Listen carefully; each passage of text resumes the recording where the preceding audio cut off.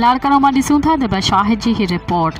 सिंध जा सुघड़ सिंधी अदब तारीख़ ॿोली जा मुहाफ़िज़न संदन दरमियान वेछा खे निज़ेब कोन पिया ॾियनि। अहिड़ो पैगाम ठॾी मिरवा जे बरख सुघड़ लाल ॾिनो।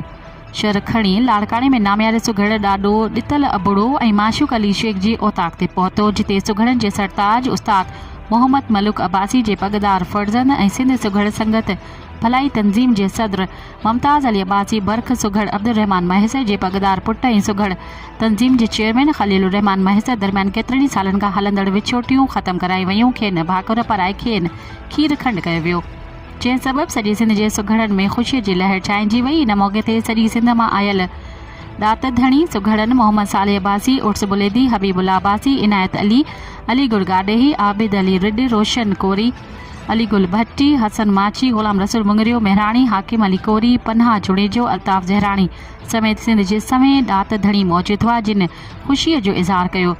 महिमाननि खे हार ऐं अजरकूं पहिरायूं वयूं। सुघड़नि इन मौक़े ते दात जा ॾींहं रोशन कया, ॾूर गुजारत ॾठ परोली ॾहस ऐं सिंगार जा बेत पेश कया। कंबर खां ॾिसूं था न्यास हुसैन तुनियो जी ही रिपोर्ट। कंबर प्राइमरी टीचर्स एसोसिएशन ज़िले कंबर तरफ़ां डायरेक्टर जनरल एजुकेशन लाड़काणो जे नाइंसाफ़िन ख़िलाफ़ डीओ ऑफिस अॻियां धरणो हणी वेही रहिया। इन मौक़े ते ज़िले सदर मुमताज़ अली विधो, अब्दुल हमीद सूमरो, मुमताज़ अली गोपांग, अयाज़ जमाल चांडियो समेत ॿियनि ख़िताब कंदे चयो त प्राइमरी उस्तादनि जा प्रमोशन रोकिया पिया वञनि, जेका उस्तादनि सां नाइंसाफ़ी आहे।